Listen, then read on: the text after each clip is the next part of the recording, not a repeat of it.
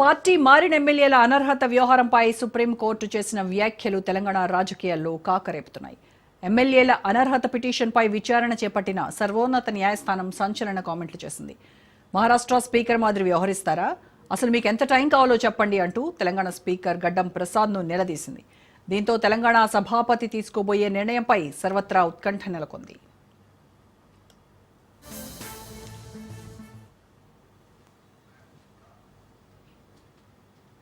తెలంగాణ రాజకీయాల్లో ఫిరాయింపుదారుల అంశం కాకరేపుతోంది. సుప్రీం చేసిన వ్యాఖ్యలతో కొత్త చర్చ మొదలైంది. ఫిరాయింపు ఎమ్మెల్యేలపై చర్యలు తీసుకునేందుకు ఎంత టైం కావాలని నిలదీయడంతో ఇష్యూ హీటెక్కింది. ఇంతకాలం స్పీకర్ నిర్ణయాధికారాన్ని కోర్టులు ప్రశ్నించలేవనే ధీమాతో ఉన్న కాంగ్రెస్ సర్కార్ తాజా పరిణామాలతో డిఫెన్స్లో పడినట్టయింది. దీంతో స్పీకర్ ఏ నిర్ణయం తీసుకుంటారనే చర్చ రాజకీయ వర్గాల్లో ఆసక్తిగా మారింది.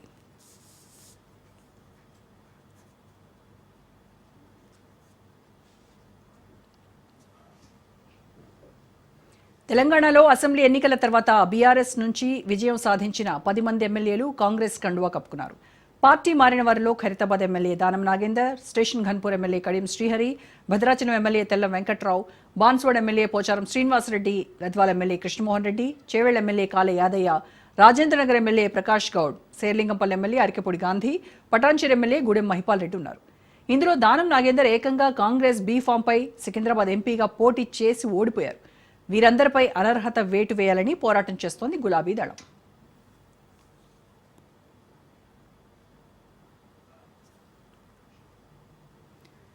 రాబోయే రోజుల్లో ఉప ఎన్నికలు ఖాయమంటోంది బీఆర్ఎస్. 10 అసెంబ్లీ నియోజకవర్గాల్లో ఉప ఎన్నికలు తథ్యమని ఆ పార్టీ వర్కింగ్ ప్రెసిడెంట్ కేటీఆర్ జోసెన్ చెబుతున్నారు. ఇప్పటికే కొడితే మైండ్ బ్లాంక్ అవ్వాల్సిందేనన్నారు గులాబీ బాస్. తాజాగా సుప్రీంకోర్టు పరిణామాలు గులాబీల్లో ఆశలు రేకెత్తిస్తున్నాయి.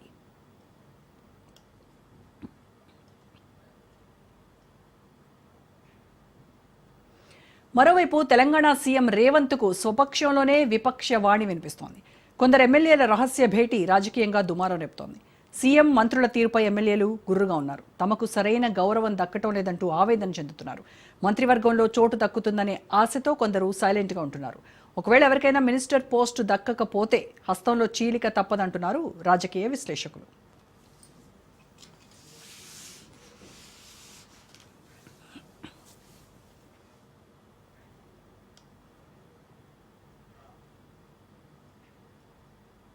ఇక దిద్దుబాటు చర్యల్లో తెలంగాణ హస్తం అగ్రనేతలు నిమగ్నమయ్యారు. అసంతృప్త ఎమ్మెల్యేలను బుజ్జగించే పనిలో పడ్డారు.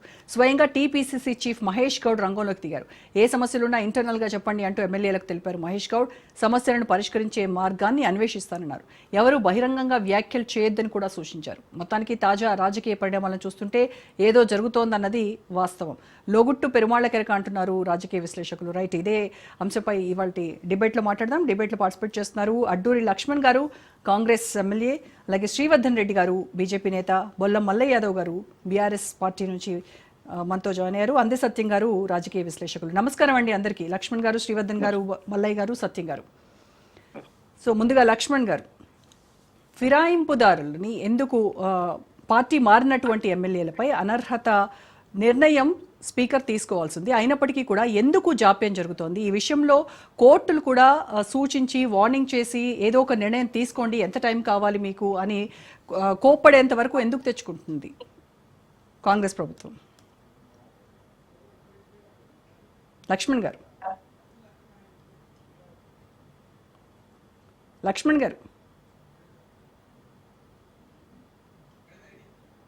Right, okay.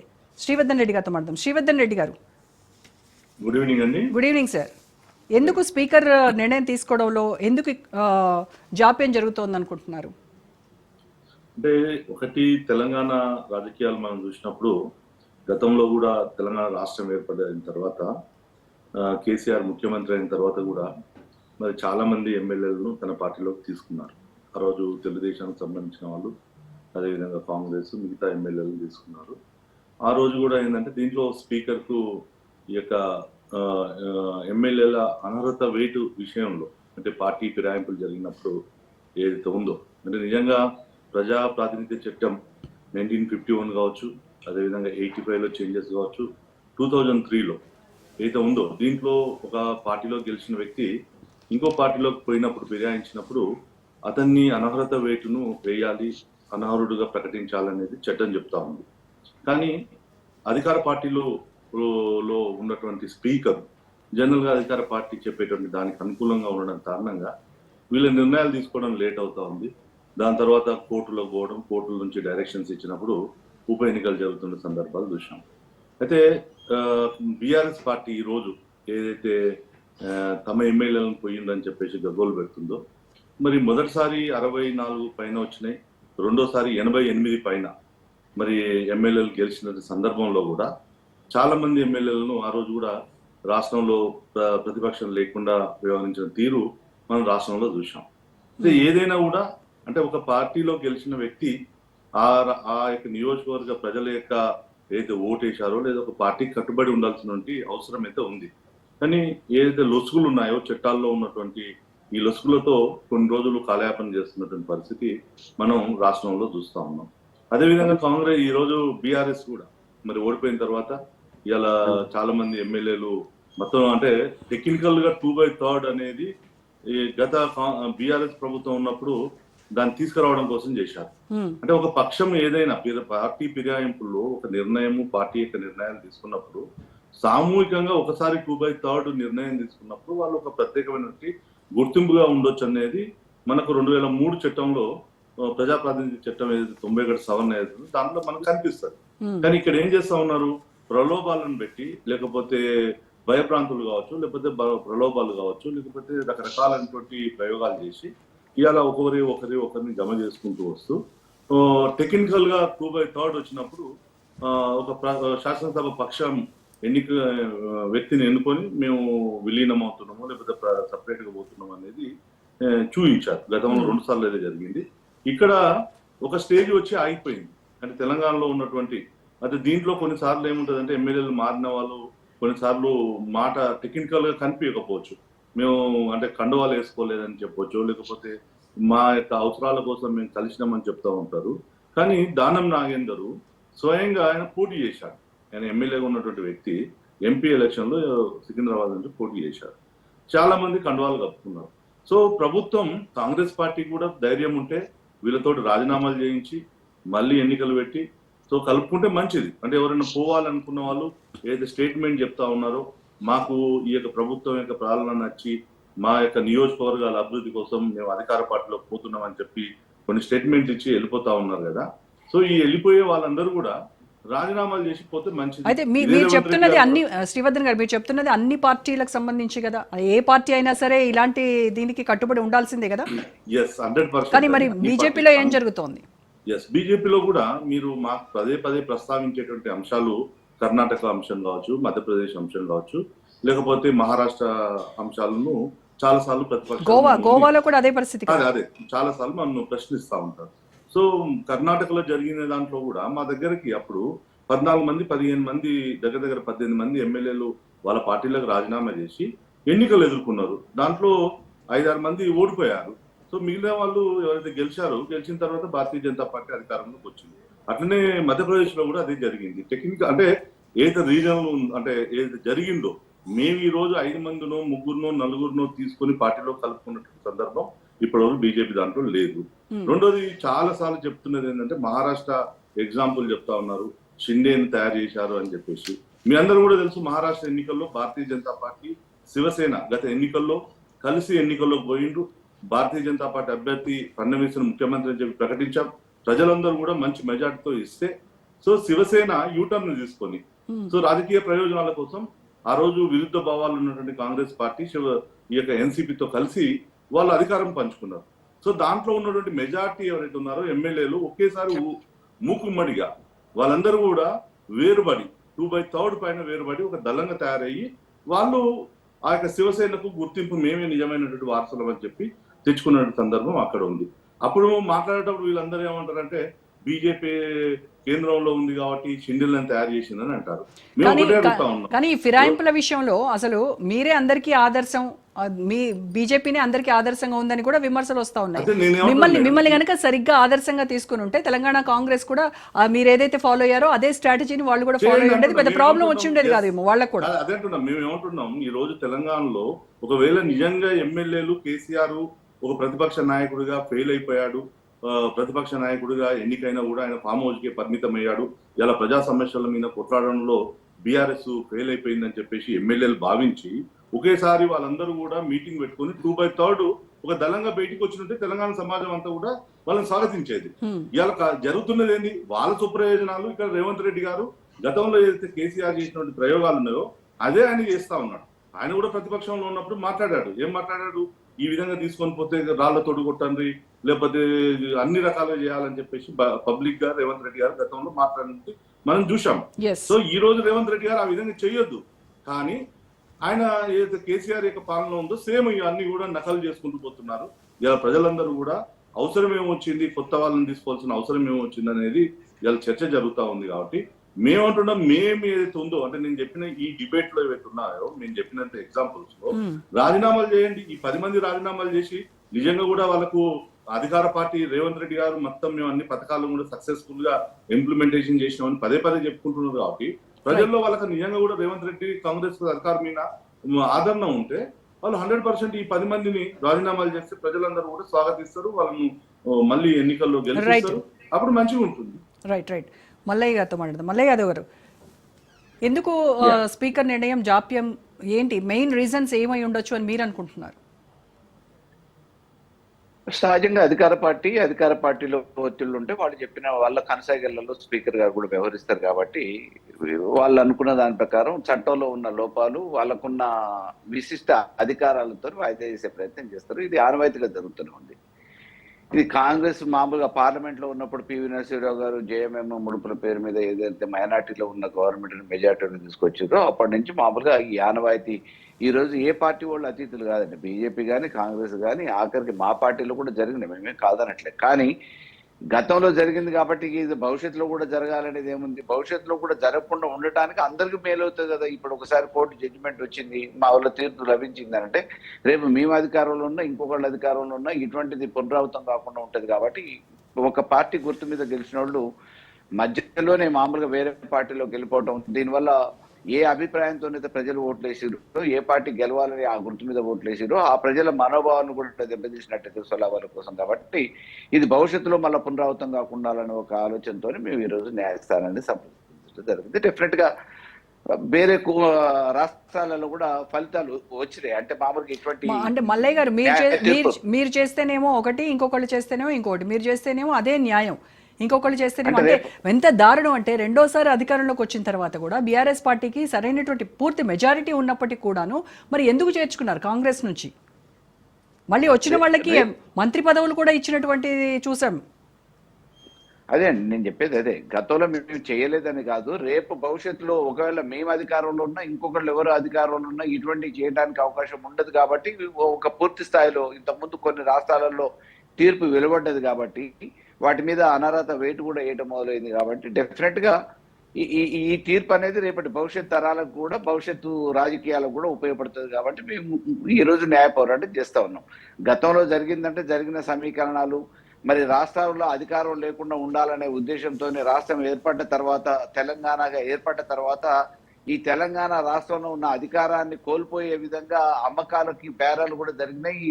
రకరకాల కుయుక్తులు పన్నీరు. ఆ విషయాలు మీకు తెలియదు కాదు. ఇవాళ ముఖ్యమంత్రిగా ఉన్న రేవంత్ రెడ్డి గారు ఆ రోజు ఎమ్మెల్యేలని ఎమ్మెల్సీని బేరం చేసే ప్రయత్నం, దాని వెనక చంద్రబాబు నాయుడు గారు రాస్తాం ఈ బీఆర్ఎస్ పార్టీని డిస్టర్బ్ చేయాలనే ఒక ఆలోచన, తెలంగాణలో మళ్ళీ అటువంటి ప్రభావం లేకుండా ఉండాలనే అనేక రకమైన కుయుక్తుల మధ్యన కొన్ని రాజకీయ సమీకరణాల నేపథ్యంలో వేరే పార్టీ వాళ్ళని కూడా ఆహ్వానించడం జరిగింది. అది ఆ రోజు రాజకీయాలలో ఉన్న పరిస్థితి. కానీ రేపు భవిష్యత్తులో కూడా ఇట్లనే ఉండాలనేది ఏం లేదు కదా. దీన్ని దృష్టిలో పెట్టుకొని ఈ రోజు మామూలుగా మేము న్యాయ పోరాటం చేస్తున్నాం. తప్పకుండా తీర్పు వెలువడుతుందనే నమ్మకం ఉంది. ఇటువంటి ఎప్పుడు కూడా రేపు ఇంకా సమీప భవిష్యత్తులో ఎప్పుడు కూడా ఇప్పటికీ 1-2 రాష్ట్రాలలో ఇటువంటి తీర్పు వచ్చింది.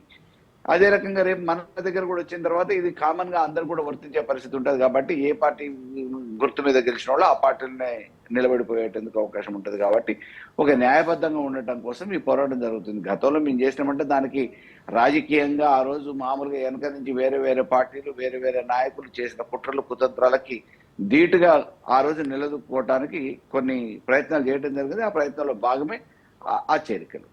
ఇప్పుడు టెక్నికల్గా చూస్తే టెక్నికల్ గ్రౌండ్స్ని ఆసరాగా చేసుకునే పార్టీ మారడం అనేది ఎంతవరకు కరెక్ట్? అదే ఇంత మనం మాట్లాడుకున్న 2/3 మెజారిటీ ఉన్నటువంటి ఎమ్మెల్యేలు పార్టీలు మారితే కనుక దానిపైన ఎటువంటి అనర్హత ఉండదు అని. అంటే మీ దగ్గర నుంచి ఇప్పుడు 10 మంది వెళ్ళారు కాబట్టి ఇది వర్తించదు. ఇన్ కేసు 2/3 వెళ్ళుంటే ఎలాంటి అభ్యంతరం లేదు. రాజశేఖర రెడ్డి గారు అదే కదా చేశారు. రాజశేఖర రెడ్డి గారు అంత ముందు అదే కదా చేశారు.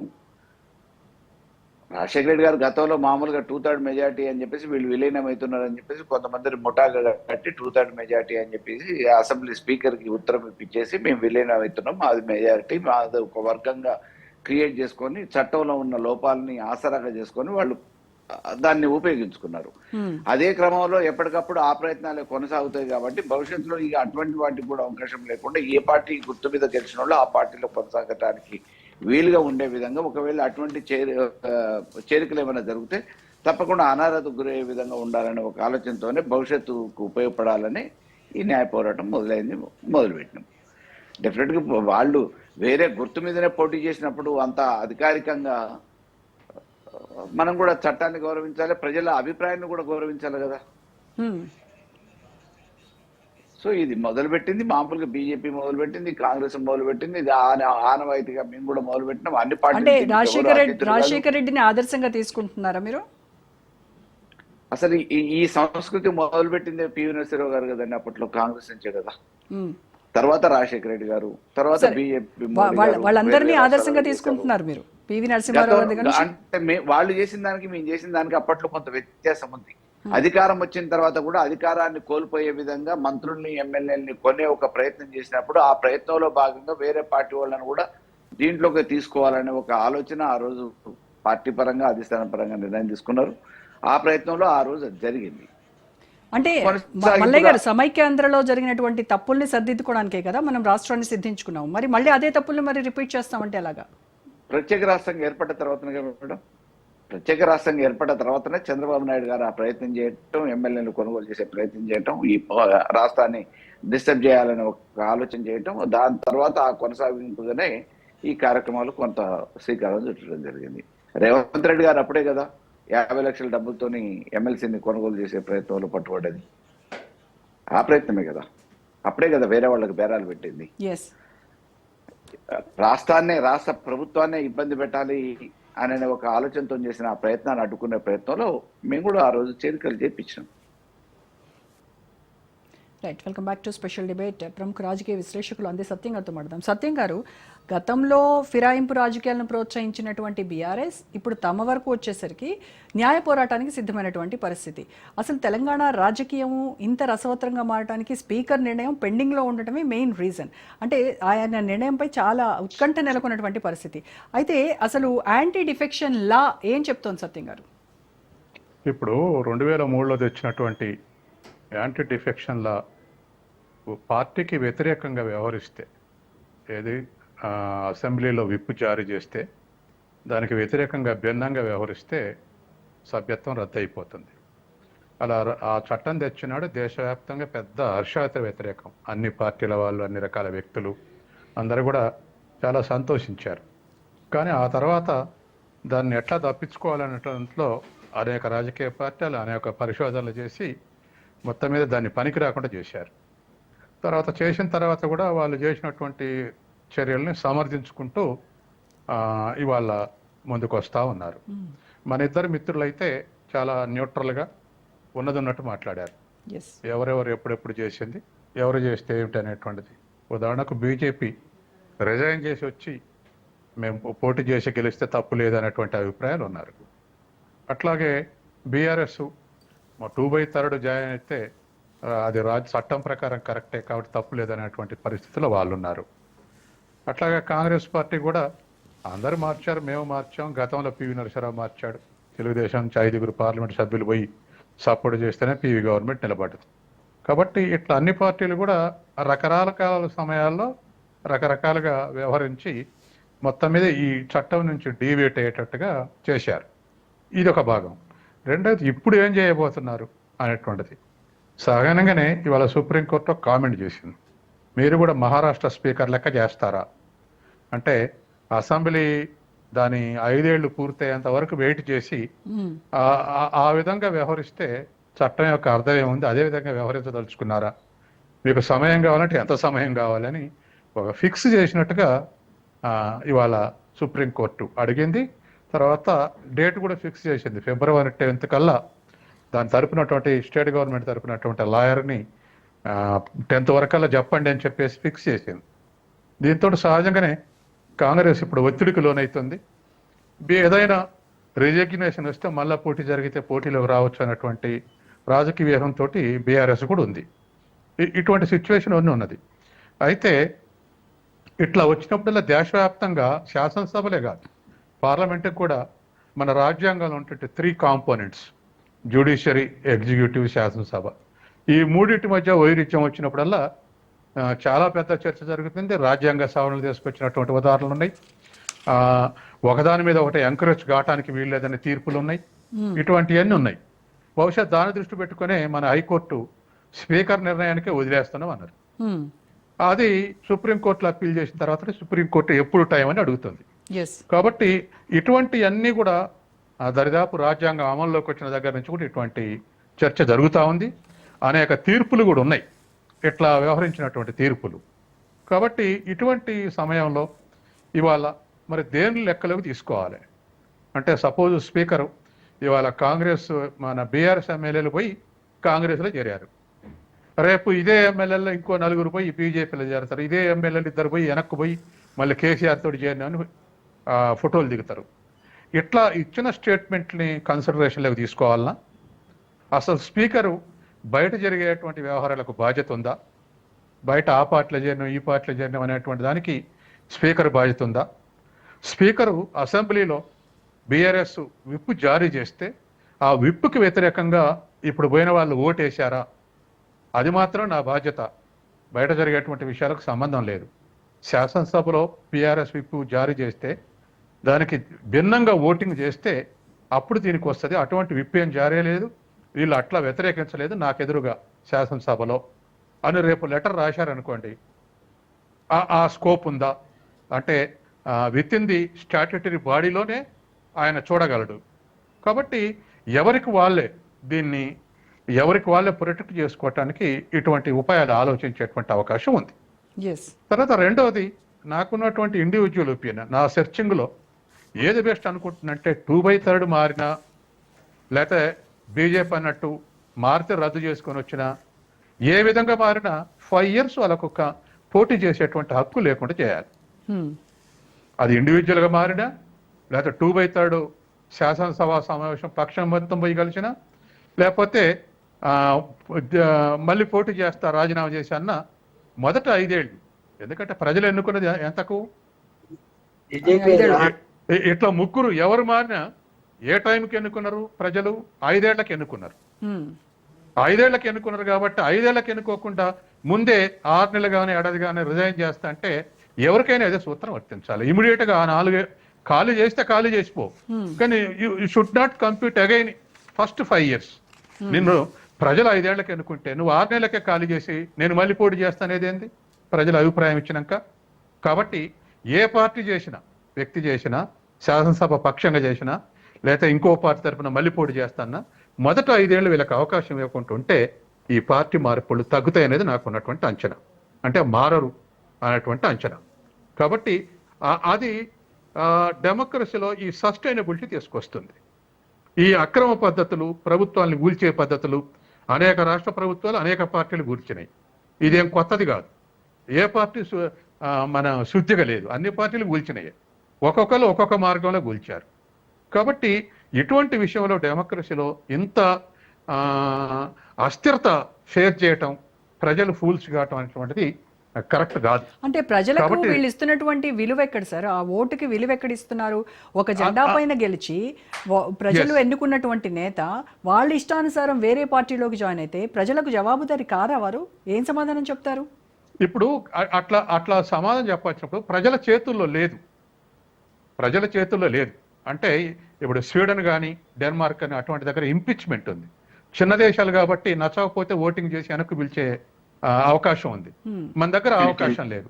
కాబట్టి వాళ్ళకు మళ్ళీ ఇమీడియట్ గా పోటీ చేసే అవకాశాన్ని నిరోధిస్తే ఇలా మారటాలనేటువంటి మినిమైజ్ అయితే అనేది నాకు ఉన్నటువంటి అంచనా. ఆ విధమైనటువంటి ఆలోచన చేయాల్సినటువంటి అవసరం ఉంది. తర్వాత జుడిషియరీకి కూడా పార్లమెంట్లో జోక్యం చేసేటువంటి కొన్ని పరిమితులు ఉన్నాయి, కొన్ని తీర్పులు ఉన్నాయి. అనేక మంది ఛాలెంజ్ చేశారు గతంలో, ఏకే గోపాల్ అని ఇతరులు చాలా మంది ఛాలెంజ్ చేశారు ఇటువంటి వాటిని. కాబట్టి సుప్రీంకోర్టు జడ్జిమెంట్స్ కూడా ఉన్నాయి, మీకు అధికారం లేదు అనేటువంటి. కాబట్టి ఏదేమైనా ఎన్ని జడ్జిమెంట్లు అయినా ఏదైనా ఈ అవకాశం లేకుండా చేస్తే మళ్ళీ ఇమీడియట్ గా కంప్లీట్ చేసే అవకాశం లేకుంటే, ఆ టర్మ్ 5 ఏళ్లకు ఎన్నుకున్నారు కాబట్టి 5 ఏళ్ల లోపు ఆ ఓటేసిన ప్రజలైన ఆనర్ చేయాలి. వాళ్ళు ఆనర్ చేయకుండా బిహేవ్ చేస్తే రద్దు అయిపోవాలి. ఈ విధమైనటువంటి మార్పులు చేసుకుంటే ఎంతవరకు ఏమైనా దాన్ని మినిమైజ్ చేయొచ్చు అనేటువంటిది నాకు ఒపీనియన్. రేపు స్పీకరు సుప్రీంకోర్టు 10 నాడు ఇదే లాయర్ ద్వారా నా ముందు ఈ శాసనసభలో ఎవరు విప్పు జారీ, ఏ పార్టీ బీఆర్ఎస్ విప్పు జారీ చేయలేదు, బీఆర్ఎస్ విప్పుకు వ్యతిరేకంగా ఓటు చేయలేదని రేపు ఇన్ఫర్మేషన్ ఇచ్చారనుకోండి, దానికి ఏం నిర్ణయం ఉంటుందో ఆలోచించాల్సినటువంటి అవసరం ఉంది. రైట్, ఓకే అండి. Welcome back to special debate. మనతో జాయిన్ అయ్యారు కాంగ్రెస్ సీనియర్ నేత ఆరేపల్లి మోహన్ గారు. మోహన్ గారు నమస్కారం. నమస్కారం అమ్మా, నమస్కారం, చెప్పండి. రైట్, మనతో డిబేట్లో మీతో పాటు ఉన్నారు మనకి మల్లయ్య యాదవ్ గారు, శ్రీవర్ధన్ గారు అండ్ అందే సత్యం గారు ఉన్నారు. రైట్, మోహన్ గారు, 10 మంది బీఆర్ఎస్ ఎమ్మెల్యేలను కాంగ్రెస్ పార్టీలో జాయిన్ చేసుకొని కాంగ్రెస్ పార్టీ కండువా కప్పుకొని వాళ్ళపైన అనర్హత పిటిషన్ గురించి స్పీకర్ ఇప్పటి వరకు కూడా ఎలాంటి డెసిషన్ తీసుకోకుండా ఎందుకు జాప్యం చేస్తున్నారు? ఇదేమన్నా సబబుగా అనిపిస్తోందా మీకు? ఒక మాట అమ్మా, అసలు ఈ పార్టీలు ఫిరాయింపు అనేది ఎవరు కనిపెట్టిరమ్మా? 2014లో ప్రభుత్వం వచ్చినాక 2018-19లో ప్రభుత్వం కాంగ్రెస్ వచ్చింది. అప్పుడు మీకు అందరికి తెలుసు. 14లో టిఆర్ఎస్ వచ్చింది, 18లో టిఆర్ఎస్ వచ్చింది. 18లో ఏం జరిగిందమ్మా? మా సబితా మేడం ఎడికేలు గెలిచింది. 12 మంది కాంగ్రెస్ ఎమ్మెల్యేలు గెలిస్తే టిఆర్ఎస్ కండో కప్పి మా సబితా మేడం మంత్రి చేసిండు కేసీఆర్. ఇక కేసీఆర్ మా మల్లన్న యాదవ్ వచ్చి ఇక దీని మీద మాట్లాడితే సిగ్గుపడాలి, బాధపడాలి. ప్రజాస్వామ్యం మీద నమ్మకం లేని వ్యక్తులు ముఖ్యమంత్రులు అయితే ఇట్లనే ఉంటుంది. ప్రజాస్వామ్యం మీద నమ్మకం లేని మొట్టమొదటి ముఖ్యమంత్రి కేసీఆర్. ఈ కేసీఆర్ నమ్మకం లేని ముఖ్యమంత్రిగా చలామణి అవుతూనే కాంగ్రెస్ పార్టీకి చెందిన 10-12 మందిని చేర్చుకొని మంత్రి పదవి ఇచ్చిన గొప్ప వ్యక్తి కేసీఆర్. ఇప్పుడు టిఆర్ఎస్ వాళ్ళు ఏం మాట్లాడతారు? కాంగ్రెస్ వాళ్ళు చేసే తప్పు, దీని మీద ఇది అది మోహన్ గారు కేసీఆర్ తప్పు చేసిండు అని చెప్తూనే అదే తప్పును మరి రేవంత్ రెడ్డి ఎందుకు చేస్తున్నారు? కేసీఆర్ తప్పు చేసిండని మాట్లాడుతున్నారు కదా. కాదు మోహన్ అన్న, అంతకుముందు రాజశేఖర రెడ్డి గారు చేసింది కానీ అన్న రాజశేఖర రెడ్డి గారు మాకంటే ముందు చేసిండే. మోహన్ గారు మీరు కూడా ఉన్నారుగా, రాజశేఖర రెడ్డి గారు మాకంటే ముందు చేసిండు. తర్వాత రాజశేఖర రెడ్డి గారి అంటే నేను రాజశేఖర రెడ్డి గారు ముఖ్యమంత్రి ఉన్నప్పుడు నేను ఎమ్మెల్యే ఉన్నా, గవర్నమెంట్ విప్ ఉన్నా. నేను జిల్లా పరిషత్ చైర్మన్ ఉన్నప్పుడు 2004లో ఆయన ముఖ్యమంత్రి. ఆయన పలానాన్ని చేర్చుకోలే. అప్పుడు టిఆర్ఎస్ కాంగ్రెస్ అలయన్స్ అనే దాని మీద ఆనాటి ఆర్థిక శాఖ మంత్రి ఎమ్మెల్యే కాకుండా మంత్రిని చేసింది కాంగ్రెస్ పార్టీ. హరీష్ రావు ఏముండన్నా 2004లో కేసీఆర్ కు రైట్ హ్యాండ్ గా ఉండేటోడు, కానీ ఎమ్మెల్యే కాకుండా కాంగ్రెస్ పార్టీ పదవి ఇచ్చింది. కాబట్టి అప్పుడున్న అలయన్స్ విధానంలో కాంగ్రెస్ టిఆర్ఎస్ ఒక్కటి కాబట్టి హరీష్ రావు గారు మంత్రి అయ్యారు. దాని తర్వాత అన్న 2014లో పూర్తి మెజారిటీ వచ్చింది కదా కేసీఆర్ గారికి. 2018 ఎట్లయితే ఏ ఓట్లతోనండి అన్న వినండి, నేను మీకు చెప్తాను. 1-2 ఓట్లు ఎప్పుడైనా అవసరం ఉన్నప్పుడు ప్రజాస్వామ్యంలో ఇప్పుడు మనమే ఓట్లకి ఎమ్మెల్యేగా తిరిగినాం. టీడీపీ వాళ్ళు వేసారు, నీకు కాంగ్రెస్ వాళ్ళు వేసారు, ఎత్తారు. మనిషిని బట్టి ఓటు ఎత్తారు, అది డిఫరెంట్. అది దట్ ఈస్ డిఫరెంట్. దానికి ఏమవుతుంది? సీక్రెట్ బ్యాలెట్ ఉన్నప్పుడు మనం పలానా వ్యక్తి వేసిండని కూడా చెప్పలేము, కానీ అనుమానాస్పదంగా మాట్లాడు. ఇప్పుడు మనం అనేది ఏంటిదంటే పార్టీ ఫిరాయింపుల విషయంలో మరి 10 మందిని కాంగ్రెస్ వాళ్ళు చేర్చుకోవాలి. కాంగ్రెస్ వాళ్ళు ఎవరిని ప్రత్యేకించి చేర్చుకోలే, వారికి వారిగా ఉక్కుమ్మడిగా. ఏ పార్టీ అయినా చెప్పేది అదే మోహన్ గారు. ఏ పార్టీ అయినా మేము వాళ్ళని వెల్కమ్ చేసాం, రండి అని పిలిచామని చెప్పారు కదా. వాళ్ళు ఇష్టపూర్వకంగా వచ్చారు. మంచి మాట చెప్తా. ఇప్పుడు ఇష్టాలే కాంగ్రెస్ ఇష్టపూర్వకంగా రాలే. అప్పుడు షబీర్ అలీ గారు కౌన్సిల్లో ఏమంటారు ప్రతిపక్ష నాయకుడు ఉంటే ఆయనని తీసేయాలనే ఉద్దేశం నుంచి కరీంనగర్ నుంచి ఉన్న సంతోష్ కుమార్ను, లలిత మేడం ఎక్కడి నుంచా నిజామాబాద్ ఎమ్మెల్సీని ఇద్దరిని ఒక్కటే రోజు ఎప్పుడో ఇచ్చిన ప్రభాకర్ రాజీనామాను 3 జమ చేసి ఒకరోజే ఇచ్చిర్రని చెప్పి కౌన్సిల్లో ఉన్న మన షబీర్ అలీ గారి యొక్క ప్రతిపక్ష నేత పదవిని పోగొట్టి కాంగ్రెస్ పార్టీ అంటూనే ఎమ్మెల్సీలో లేకుండా చేసిన వ్యక్తి ఎవరమ్మా? కేసీఆర్ కాదా? ఇలా కేసీఆర్ వర్గం ఈ ఫిరాయింపుల గురించి మాట్లాడతారా? తప్పు. ఎందుకంటే తప్పు దొంగ అన్నట్టున్నది. దొంగ అని ఉరికినట్టున్నది. వీళ్ళెందుకమ్మా? నేను బీఆర్ఎస్ మిత్రులను కోరుతా ఉన్నాను, దయచేసి మీరు మాట్లాడకండి ఫిరాయింపుల గురించి. మీ నాయకుడే పెద్ద ఫిరాయింపుదారు. ఎందుకు చెప్పన్నా? ఎందుకు ఫిరాయింపుదారు అన్నాడు? ఇప్పుడు కేసీఆర్ గారు ఏమన్నారు? తెలంగాణ అత్తే నేను కాపలా కుక్కలాగా ఉంటా, దళితుడిని ముఖ్యమంత్రి చేస్తా అని అన్నాడు. పాపం సోనియా గాంధీ నమ్మి తెలంగాణ ఇచ్చింది. ఏం చేసిండమ్మా? తెలంగాణ ఇచ్చిన తెల్లవారు ఏం చేసిండు? నేనే పార్టీ, నేనే నా కిందని అందరూ అను. రైట్. మోహన్ గారు పార్టీ ఫిరాయించిన ఎమ్మెల్యేలపై స్పీకర్ ఇప్పటి వరకు ఎందుకు డెసిషన్ తీసుకోలేదు? సుప్రీంకోర్టు ఎప్పుడు ఇంకా తీసుకుంటారు, ఎందుకు జాప్యం చేస్తున్నారని క్వశ్చన్ చేసేంత వరకు వచ్చింది అని అంటే మీరు సోనియమ్మ మళ్ళీ ఎప్పుడో పాతవన్నీ తవ్వుతున్నారు. దయచేసి కన్ఫైన్ అవ్వండి. లే నేనేమంటున్నా, స్పీకర్ కు విచక్షణ అధికారాలు ఉంటాయి అనే మాట ఆనాడు ముఖ్యమంత్రి ఉన్న కేసీఆర్ గారు చెప్పిండు. కేటీఆర్ కూడా చాలా సందర్భాల్లో ఎండార్ చేసిండు. అప్పుడున్న పోచారం శ్రీనివాసరెడ్డి గారు మరి స్పీకర్ గా లేడా? ఎంతకాలం పెండింగ్ ఉన్నది? ఎందుకున్నది? చట్టం అదే కదా. అది ఎవరు నేర్పిర్రమ్మా? ఆ విధానం ఎవరు అలవాటు చేసిర్రు? ఎందుకు అప్పుడు స్పీకర్కి అధికారాలు లేవా? ఎందుకు ఇప్పుడే అదే మల్లయ్య యాదవ్ 3 నెలలకో 4 నెలలకో స్పీకర్ రూలింగ్ ఇచ్చేటట్టు ఎందుకు చేయలే? హరీష్ రావు ఎందుకు చేయలే? ఎందుకు పోచారం శ్రీనివాసరెడ్డి గారి మీద ఒత్తిడి పెట్టి స్పీకర్ గారు రూలింగ్ తొందరగా ఇవ్వమని చెప్పలే? వీళ్ళు ఏమన్నారు? స్పీకర్కు విచక్షణ అధికారం ఉంటుంది, వారు ఇచ్చేటప్పుడు ఇస్తారు, ఆ రూల్స్ రెగ్యులేషన్స్ అన్నీ స్పీకర్కు ఉంటాయి, స్పీకర్కు తెలుసు అనే మాట మాట్లాడు. ఇవాళ నేను కూడా ఒక అంటే ఏమంటారు ఇల్లిటరేట్ గా నేను చెప్పదలుచుకున్నా, స్పీకర్కు ఉండే అధికారాలని ఇప్పుడు మీరు ప్రశ్నించడం ఎందుకండి? అన్నట్టు చెప్పింది మీరే కదా, ఈరోజు చెప్పేది ఇవాళ ఎందుకు మాట్లాడుతున్నారు? కాబట్టి నేను ఈరోజు ఏమంటున్నా, స్పీకర్కున్న విచక్షణ అధికారం కావచ్చు, లేదా వారికి ఉన్న బాధ్యతాయుతమైన పదవులు ఉన్న స్పీకర్గా వారి నిర్ణయం తప్పక తీసుకుంటారు. ఆ దిశగా పని నడుస్తుంది తప్పక. మీరు అనుకున్నట్టు మరి గడ్డం ప్రసాద్ గారు స్పీకర్గా సమయం చూసి నిర్ణయం తీసుకుంటాడు. అది ఏం చేయాలనేది వారి లీగల్ టీంను సంప్రదించి చేస్తారని నేను భావిస్తా ఉన్నా. సేమ్ టైం సుప్రీంకోర్టులో కూడా ఉంది కదమ్మా, 10 తారీఖు ఏదో ఉంది. నేనేమంటున్నా, కోర్టులో ఉన్న దాని గురించి మనం మాట్లాడడం భావ్యం కాదేమో అని నేను వ్యక్తిగతంగా ఫీల్ అవుతా ఉన్నా. సబ్జుడీస్ కింద వస్తుంది. ఎందుకంటే కోర్టులో వేరే it is pending in court, we should not speak about that fact provided. అందుకే మన కోర్టు విధానాలు మాట్లాడకుండా నేను బయట విధానాలు మాట్లాడినా మా మల్లన్న యాదవ్ కోపం వస్తే దయచేసి క్షమించాలన్నా. లేదు, నేను మిమ్మల్ని వ్యక్తిగతంగా అంటలేదు.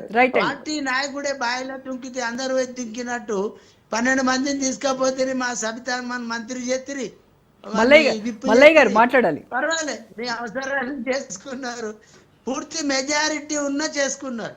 నేను అనేది ఏంటంటే, ఒకప్పుడు పివి నరసింహారావు ప్రైమ్ మినిస్టర్గా ఉండి జేఎంఎం పార్టీని కలుపుకొని మరి మైనారిటీ ప్రభుత్వంలో పనిచేసిందంటే అర్థం ఉంది. కానీ మెజారిటీ ప్రభుత్వంలో మరి ఈ యొక్క ఫిరాయింపులను ప్రోత్సహించిన మహానాయకుడు మన దేశంలో మొట్టమొదటి నాయకుడు కేసీఆర్. కేసీఆర్ ను బలపరిచే నాయకులు అందరూ కూడా దయచేసి అర్థం చేసుకోరు. ఎందుకంటే నేను తప్పుగా చెప్తాను, ఫ్యాక్ట్ చెప్తాను. మాట ఏంటంటే, స్పీకర్ కున్న అధికారాన్ని ప్రశ్నించే హక్కు మనకు గాని ఇతరులకు గాని లేదు. ఈ స్పీకర్ గారు రూలింగ్ ఇస్తారు, అప్పటి వరకు వెయిట్ చేద్దాం. ఒకవేళ స్పీకర్ రూలింగ్ చేయకపోతే ప్రజాస్వామ్యంలో అత్యున్నత న్యాయస్థానానికి అధికారం ఉంది, వాళ్ళు కూడా ఉన్నారు. మీరు ఈ టైంకు మీరు చెప్పకపోతే ఆ తీర్పు మేమే వెలువరుస్తామన్నమాట న్యాయస్థానం చెప్పింది. Yes, we will wait for that time. అప్పుడు ఏం చెప్తారు దాని మీదకి వెళ్ళి ఏం జరుగుతుంది అనేది we will wait and see ma'am. Okay, right అండి. మల్లయ్య గారు మీరే స్పందించాలి. మీరు ఉండండి సార్, లైన్ లో ఉండండి. మల్లన్న మోహన్ గారు మల్లన్న చెప్తాడు. చెప్పండి. అన్న చెప్పేది అన్న పెడతా. ఇప్పుడు ఈ సంస్కృతిని మొదలు పెట్టిందే కాంగ్రెస్. ఏదైనా ఈ దేశంలో తప్పులు చేయాలన్నా ఒప్పులు చేయాలన్నా ఆ సంస్కృతి మొదలు పెట్టింది కాంగ్రెస్ అనడానికి నిదర్శనం పివి నరసింహరావు గారు. మాట్లాడివ్వండి మోహన్ గారు సందర్భం చెప్పు, చెప్తారు. సందర్భం చెప్పు. మైనార్టీలో ఉన్న మెజారిటీలకు రావాలన్నా వాజ్పేయి గారు ఒక్క ఓటు గురించి ఆత్మవిశ్వాసం పెట్టుకొని ఒక్క ఓటుతో ఓడిపోతే జయరామ్ అని చెప్పేసి వెళ్ళిపోయాడు. మరి పివి నరసింహరావు గారు ఆ రోజు కాంగ్రెస్ సంస్కృతిని అడ్డం పెట్టుకొని మైనార్టీలో ఉన్న గవర్నమెంట్ మెజారిటీలో తీసుకొచ్చిండు.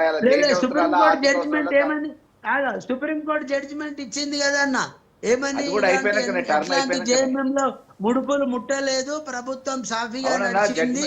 అవునన్నా, టర్మ్ అంతా అయిపోయినాకన్నా, టర్మ్ అంతా అయిపోయినాకనే అది ఎప్పుడైనా రాని కోర్టు మన దేశంలో అత్యున్నత న్యాయస్థానం ఇచ్చేది గౌరవించాలి కాబట్టి జరిగింది.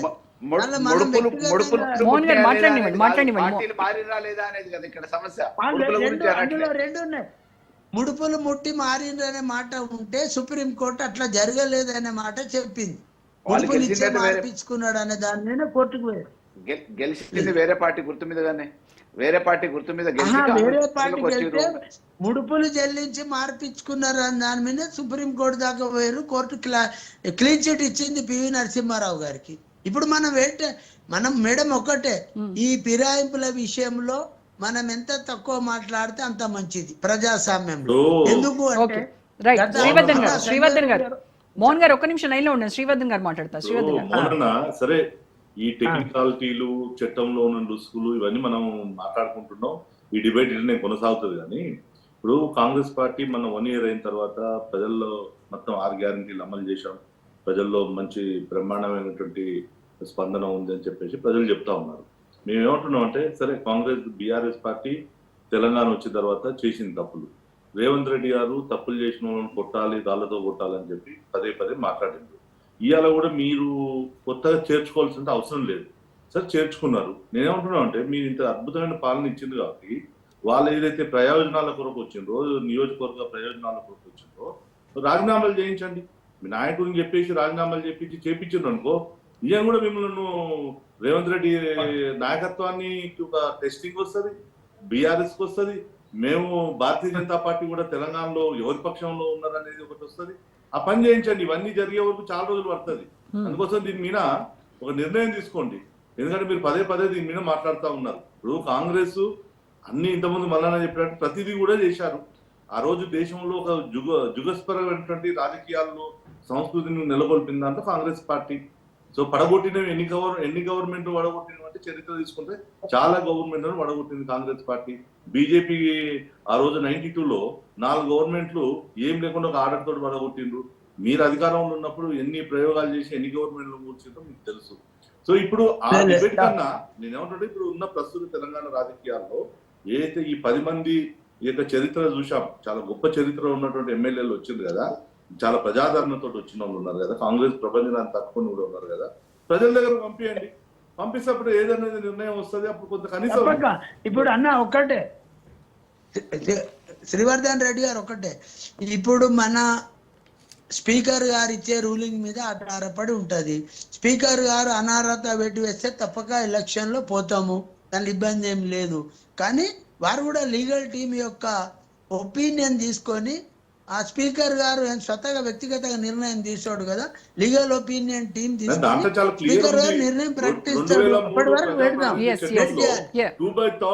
2/3 అనేటటువంటి ఏదైతే ఒక టీం రావాలి అనేది ప్రజాప్రాతినిధ్య చట్టం 2003లో మన 91వ సవరణలో కరెక్ట్ గా ఉంది. దానికి చదవడానికి రోజులు పట్టాల్సిన అవసరం లేదు, రాజ్యాంగం మొత్తం స్టడీ చేయాల్సిన అవసరం లేదు. ఆ ఒక్క చట్టాన్ని స్పీకర్ గారు అనుకుంటే ఒక గంటలో, ఒక రోజులో క్లియర్ చేయగలుగుతారు. ఇది మీరు ప్రభుత్వంగా పార్టీగా మీరు నిర్ణయం తీసుకుంటే మీ సచిలతను తెలంగాణ ప్రజలు హర్షిస్తారు కదా. ఏదైతే తెలంగాణ ప్రజలు హర్షించే విధంగానే స్పీకర్ గారి నిర్ణయం ఉంటుందని నేను నమ్ముతా ఉన్నాను. తప్పగా ప్రజలు హర్షించే దిశగానే స్పీకర్ గారి నిర్ణయం ఉంటుంది. కోర్టు నిర్ణయం కూడా ప్రజలు హర్షించదగ్గదే ఉంటుందని భావిస్తాను. కాంగ్రెస్ పార్టీని ఒకసారి బ్లేమ్ చేసే ముందు, కాంగ్రెస్ పార్టీ నాయకత్వాన్ని బ్లేమ్ చేసే ముందు దయచేసి ఒక్కసారి మీరు ఎవరైనా పార్టీలకు అతీతంగా పూర్వపరాలు ఆలోచన చేయండి. మీరు అన్నారు విపి సింగ్ అప్పుడు ఏం జరిగింది, మీరు ఒకసారి ఆలోచన చేయండి. నేనేమంటున్నాను, ఇంకా అంతకుముందు పోతే లాల్ బహదూర్ శాస్త్రి తదనంతరం జరిగిన రాజకీయాలు కానీ, మీ వాజ్పేయి గారు అప్పుడు జరిగిన పరిణామాలు కానీ, రాజకీయాలలో అప్పుడున్న పరిస్థితులను బట్టి, ప్రజల అవసరాలను బట్టి, ఆ నాయకత్వం వారి అవసరం బట్టి ఉంటే చాలా సందర్భాలలో చాలా మంది నాయకులు ఆ పార్టీని, ఆ ప్రభుత్వాన్ని బలపరిచిన సందర్భాలు చూశాం. ఇప్పుడు అట్లాంటే జయలలిత జరిగినప్పుడు కూడా జయలలితను బలపరిచిన పార్టీలు ఉన్న వాళ్ళందరూ మళ్ళీ సపరేట్ పార్టీ పెట్టి ముఖ్యమంత్రి అయ్యింది కదా. Right, okay. ఆమెతో ఉన్న రైట్ ఈ దేశంలో ఆ చర్చకు వస్తే కాంగ్రెస్ పార్టీకి వ్యతిరేకంగానే ఈ రోజు ఎన్సిపి కావచ్చు, శరద్ పవార్ వచ్చింది, బీజేపీకి వ్యతిరేకంగా రాలే. ఈ రోజు శరద్ పవార్ వచ్చింది కాంగ్రెస్ పార్టీ నాయకత్వానికి, విధానాలకు వ్యతిరేకంగా బయటకు వచ్చిన వాళ్ళే. ఈ రోజు మమతా బెనర్జీ కాంగ్రెస్ విధానాలకు వ్యతిరేకంగా బయటకు వచ్చిన వాళ్ళే. అట్లనే తమిళనాడు రాజకీయాలు కావచ్చు, దేశంలో అనేక, ఇదే కేసీఆర్ కూడా కాంగ్రెస్ లో ఒకప్పుడు ఉన్న నాయకుడే. సో విధానాలు నచ్చక, నాయకత్వం మీద నచ్చక బయటకు వచ్చారు. అది వేరు విషయాలన్నా. నేనేమంటుంటే, వాజ్పేయి ఆ రోజు ఒక ఓటుకు వచ్చేటప్పుడు నిజంగా కూడా ఆ రాజకీయాల్లో ఆయన కొనడానికి, ఎంపీలను కొనడానికి, లేకపోతే ఇంకోదానికి అవకాశాలు ఉన్నా ఒక పార్టీగా మద్దతు తీసుకుందామని చెప్పాడు. అంటే పార్టీగా వాళ్ళ నిర్ణయం ఆధారంగా తీసుకుందామని చెప్పాడు. సో ఒక ఓటుతో ఓడిపోయినప్పుడు ఒక నిజాయితీగా రాజకీయాల నుంచి తప్పుకున్నాడు. మేమేమంటామంటే, ఇప్పుడు ఇలా కాంగ్రెస్ రేవంత్ రెడ్డి ప్రభుత్వం పడిపోయే స్థితిలో అయితే ఏం లేదు. ఈరోజు ఇమ్మీడియట్లీగా ప్రభుత్వం పడిపోతుంది అన్నట్టు కూడా ఏం లేదు. సో మీకు కూడా ఒక మంచి పాలన చేయండి అని ఇచ్చిన దాని ప్రకారంగా నడిపేది ఉన్నది. తప్పు చేస్తున్నారని అడుగుతాం. ఓకే, సత్యం గారు, ఇలా ఏ పార్టీ అయినా కూడా మేము సచ్చిలూరం అని చెప్పుకుంటూ ఉంటారు. అండ్ మేము ఎవరిని కూడా స్వాగతించలేదు, మేము రమ్మని ఎవరిని పిలవలేదు, కాకపోతే వచ్చారు వాళ్ళ నియోజకవర్గ అభివృద్ధి కోసం మేము చేర్చుకోవాల్సి వచ్చిందని. సరే, ఆ వాదన పక్కన పెడితే అసలు ఎవరు సుపీరియరు, స్పీకరా లేకపోతే సుప్రీంకోర్టు అనేటువంటి ఒక వాదన కూడా తెర మీదకి వస్తోంది. ఇట్లాంటి సందర్భంలో ఇలాంటి దీనికి అవకాశం ఇవ్వకుండా ఉండాలంటే స్పీకర్ సరైన టైంలో సరైన డెసిషన్ తీసుకొని ఉంటే ఇదంతా వచ్చేది కాదేమో అనేది కూడా కొందరి అభిప్రాయం. ఇప్పుడు ముగ్గురు కూడా ప్రతినిధులు చాలా డెమోక్రటిక్ గా మాట్లాడారు. రెండోది, ఏ సూత్రం ఎవరు చెప్పినా పార్టీ మారటం అయితే ప్రజాభిప్రాయానికి ద్రోహం చేయటమే. కాబట్టి ఖచ్చితంగా డిస్క్వాలిఫై కావాలి. కాకుండా ఉండటానికి ఏమిటి సూత్రాలు అంటే, ఒక్కొక్కరు సూత్రం దాన్ని ఎస్కేప్ చేయడానికి ప్రయత్నం చేశారు. కానీ వాళ్ళే సెల్ఫ్గా ఒప్పుకున్నారు, ఫలానా పార్టీ చేయలేదా, అన్ని పార్టీలు చేసినటువంటి యాక్సెప్టెన్స్ కూడా ఉంది. కాబట్టి ఇవాళ ఉన్నటువంటి విషయం ఏంటంటే, ఒకటి, సుప్రీంకోర్టు జడ్జిమెంట్ చేసి ఆ స్పీకర్ని కమాండ్ చేస్తుందా, లేదా జ్యుడిషియరీని యాక్సెప్ట్ చేసే ప్రశ్న ఏదైనటువంటిది ధర్మాసనం తేల్చాల్సి వస్తుంది. అది ఒకటి. రెండోది, వాళ్ళ ఎలక్షన్లు అంటూ జరిగితే ఖచ్చితంగా కాంగ్రెస్ ఆల్టర్నేటివ్ మేమేం రుజువు చేయడానికి రెండు పార్టీలు తాపత్రపడతాయి. బీజేపీ తాపత్రయంలో ఉంది, బీఆర్ఎస్ తాపత్రయంలో ఉంది. కాబట్టి ఎవరు ఆల్టర్నేటివ్ అయినటువంటి తేల్చుకోవటానికి రెండు పార్టీలు అవకాశం కోసం ఎదురు చూస్తున్నాయి. తర్వాత అట్లా కాదు, ఈ రిజైన్ చేసిన వాళ్ళ 10 మందిలో ఎంతమంది గెలుచుకున్నా ప్రజాభిప్రాయం మమ్మల్ని సపోర్ట్ చేసినా కాంగ్రెస్ చెప్పుకోవటానికి చూస్తుంది. రేపు జరగబోయేటువంటి సీన్ ఎలక్షన్స్ అంటూ జరిగితే ఆ పొలిటికల్ కాన్సెప్ట్ మీద జరిగేటువంటి అవకాశం ఉంది. ఏదేమైనా స్పీకర్ రూలింగ్ ఇచ్చి రిజెక్ట్ చేస్తాడా, లేదా సుప్రీంకోర్టు జడ్జిమెంట్ ని యాక్సెప్ట్ చేస్తారనేది మనం ఇప్పుడు కన్క్లూడ్ చేయడం కరెక్ట్ కాదు. అయితే సత్యం గారు, అయితే ఒకసారి స్పీకర్ నిర్ణయం తీసుకున్న తర్వాత ఆ లీగాలిటీని మళ్ళీ కోర్టులో మనం సవాల్ చేయొచ్చు అంటారా? ఎస్, చేస్తారు. గతంలో శాసనసభ కాదు, అసలు పార్లమెంట్ వర్సెస్ సుప్రీంకోర్టు నడిచినటువంటి జడ్జిమెంట్స్ ఉన్నాయి, చాలా ప్రామినెంట్ జడ్జిమెంట్స్ ఉన్నాయి. కాబట్టి ఛాలెంజ్ చేస్తారు ఖచ్చితంగా. అది ఎంతవరకు ఎవరి యాక్సెప్టెన్స్ ఉండదే తెలవాలి. ఎందుకంటే అసలు ఒక దాన్ని రాజ్యాంగ సవరణ చేసి కూడా సవరించేటువంటి అవకాశం ఉంది ఒక టైంలో. కాబట్టి ఏదేమైనా ఈ మూడింటి మధ్య ఘర్షణ రావద్దు అనేటువంటిది మాత్రం ప్రతి వాళ్ళ హృదయంలో ఉంది, గతంలో ఎక్స్పీరియన్సెస్ తోటి. కాబట్టి కన్క్లూజన్ ఏమొస్తో మనం వేచి చూడాల్సినటువంటి అవసరం ఉంది.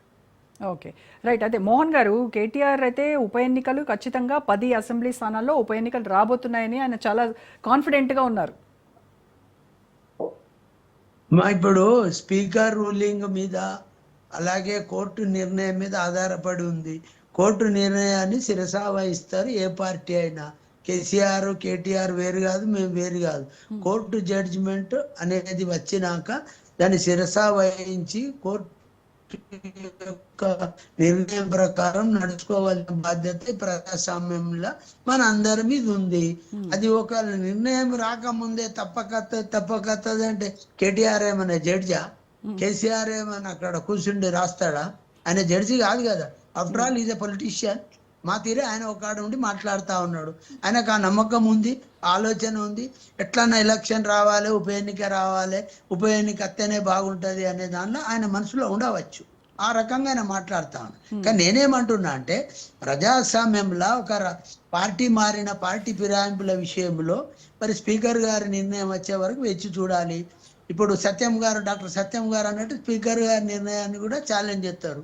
చేస్తే కోర్టు వరకు వెళ్తారు. కోర్టు ఏం, ఉదాహరణకు ఒక మాట చెప్తామా, వాళ్ళ అభ్యర్థి వెములవాడ ఎమ్మెల్యే గారు 2 టర్ములు ఎమ్మెల్యే అయినాక 10 ఏళ్ల తర్వాత 11వ సంవత్సరం జడ్జిమెంట్ వచ్చింది. ఏమని? ఈయన ఈ దేశస్థుడు కాదు అని వచ్చింది. అంటే నేనేమంటున్నా, ఆయన ఈ దేశస్థుడు కాదు అనే జడ్జిమెంట్ వచ్చినాక ఇమీడియట్ గా ఆయన వాలంటరీగా స్వతహాగానే మరి ఈ 10 సంవత్సరాలు ఏదైతే ప్రభుత్వం నుంచి పొందిన అలవెన్సులు కానీ, జీతము కానీ, ఇవన్నీ రెమిట్ చేయవలసిన బాధ్యత ఆయన మీద లేదా ఒక పౌరుడిగా? లేదు. అది చెప్పరు వాళ్ళు, వాళ్ళు చెప్పరు. ఇప్పుడు కోర్టు జడ్జిమెంట్ను అమలు చేసే దిశగానే అడుగులు చేయని కేసీఆర్, కేటీఆర్ గారు ఇంకా దేన్ని గౌరవిస్తారండి వాళ్ళు? నేను అడుగుతా ఉన్నా, కోర్టు జడ్జిమెంట్ వచ్చింది నీ దేశస్థుడు కాదు అని, మరి ఆయన శిలాపలకాలు అట్లనే ఉన్నాయి. ఆయన వేసిన ప్రగతి పథకంలో జరిగిన ప్రతి అంశం ప్రజలకు కనిపిస్తా ఉంది. వాటిని చెరిపేయాలనే మాట వాళ్ళ నిర్ణయం తీసుకోవాలి కదా. ఈ దేశస్థుడే కానోడు ఈ దేశంలో ఒక రౌతు వేయవచ్చా? ఒక రౌతు మీద ఆయన పేరు ఉండొచ్చా? రైట్, ఓకే మోహన్ గారు, మనం స్పీకర్ ఎలాంటి నిర్ణయం తీసుకుంటారు? కాబట్టి నేను ఏమంటున్నా అంటే నేను చెప్పదలుచుకున్నది ఒకటే అమ్మా, ప్రభుత్వం గాని ఎవరు గాని జడ్జిమెంట్ వచ్చే వరకు వెయిట్ చేద్దాం. జడ్జిమెంట్ వచ్చినాక మాట్లాడదాం. కానీ వచ్చిన జడ్జిమెంట్ నే వీళ్ళు ఒప్పుకుంటలేరు కదా. ఇప్పుడు రమేష్ మన వెములవాడ ఎమ్మెల్యే మీద వచ్చిన దాని మీదనే వీళ్ళ దగ్గర క్లారిటీ లేదు. రైట్ అండి, okay, thank you so much Mohan గారు, శ్రీవర్ధన్ గారు, మల్లయ్య గారు, సత్యం గారు, థ్యాంక్ యూ సో మచ్ అండి.